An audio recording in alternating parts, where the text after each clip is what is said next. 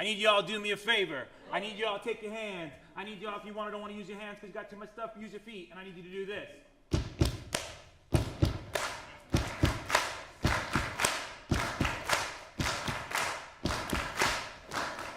Now, take your elbow. Find a person next to you, stranger, and give them love.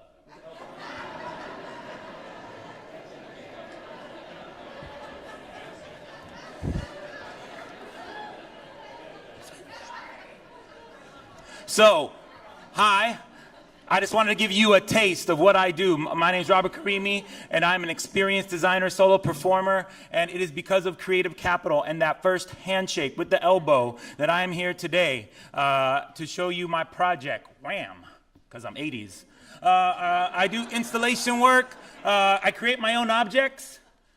And since 1997, I've been doing a comedy cooking show with Iranian Guatemalan progressive cook by the name of Mero Cocinero, which in Spanish means best cook.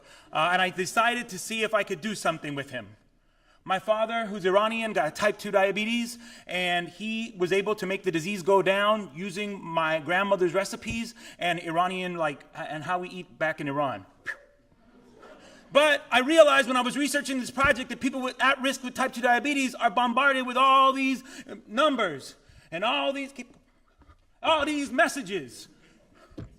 And so, working with a nutritionist, we tried to simple it down. I designed this postcard before Michelle Obama came to the scene. And with 50% vegetable, 25% starch, 25% protein with water.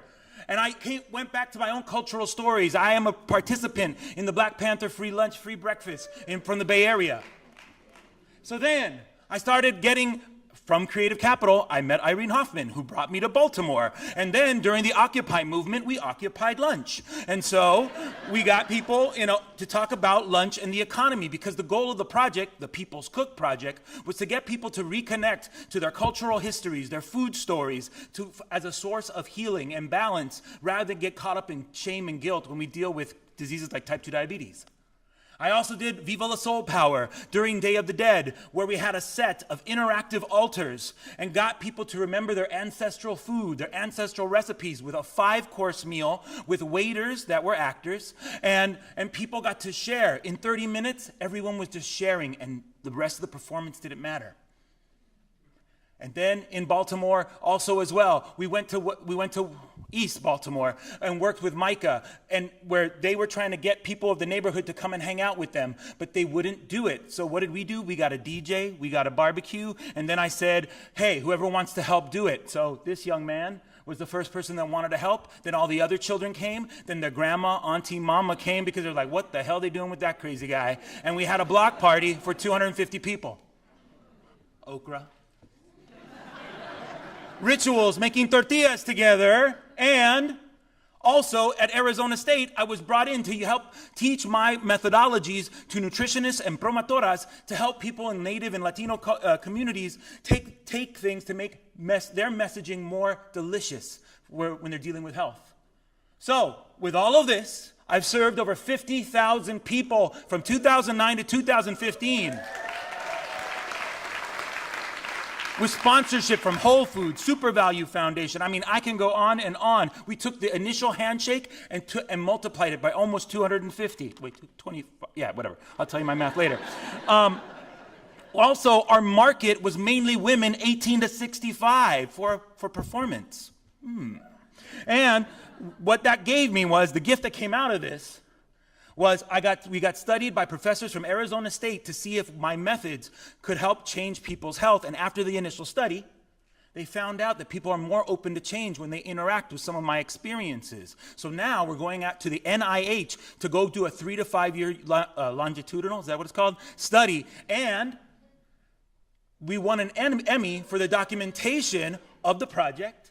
And I'm going to go back. Now, we're all saying, well, this is all about because you gave free food, because, it's sponsored and all. Yes, it's true. But also, what I also learned was I got the gift of a cultural, a community engagement methodology that I'd like to call deliciousness. Now, I did this because I was looking for a way, and it's very simple, very simple.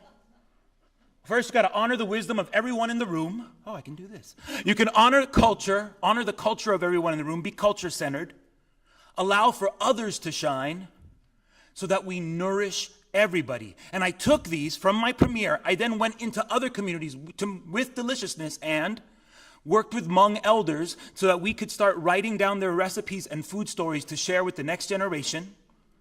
Went and worked on a culinary art car and designed all the experiences around that with the Latino community and seniors of Sheboygan, Wisconsin. I made and designed a lowrider kitchen cart bicycle, which I've ridden in 3 cities so far, commissioned by the San Jose Museum of Art. And then I got a residency at the McCall Center just this year, where, sponsored by Blue Cross Blue Shield, Night, all these different folks, to go in and work with different communities to help bring deliciousness to Charlotte. We did even a chopped game where 100 people competed against one another. And we even did Abgush burrito. That's all my Iranians. There's like 9 of you this year. To get to free journalist Jason Rezaian. More.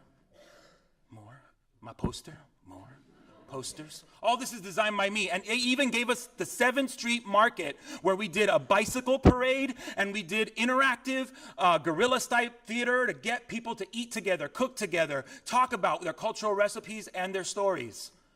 I just wanted you to see that picture. I love this picture.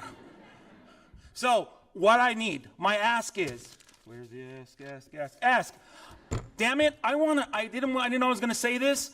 I'm looking for a producer champion to help me make a Bourdain, John Waters, Muppet Show style TV show that deals with food, culture, and humor. I'm looking for presenters and foundations to come together, because I'm already going into Tampa and some other cities around the country where I'm going to be doing multi-year residencies, and I'm looking for more partners for that. And finally, my next project is about swimming, because I can't swim. Most people of color I know can't swim, and the same communities that are at risk for type 2 diabetes are also most likely to drown in America. So I'm going to explore my own fear and teach myself how to swim with other people and film it and make it a performance. So I'm looking for partners for that. And finally, thank you. And finally, we'll go back to this. I need you. I was here. I know I did it. There it is. That person you gave an elbow to. I want you to think about this. All of this happened because Creative Capital gave me an elbow.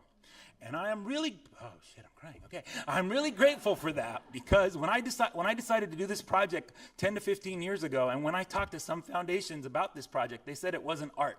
And I am so happy, because it's a place like this that decides to give us a chance to champion us. And this is what I hope you do today. Whoever you gave the elbow to, that you become their champion, because it's when places like Creative Capital champion us, we change the world. And I'm ready to keep on doing this forever, and I hope you are too. Thank you very much.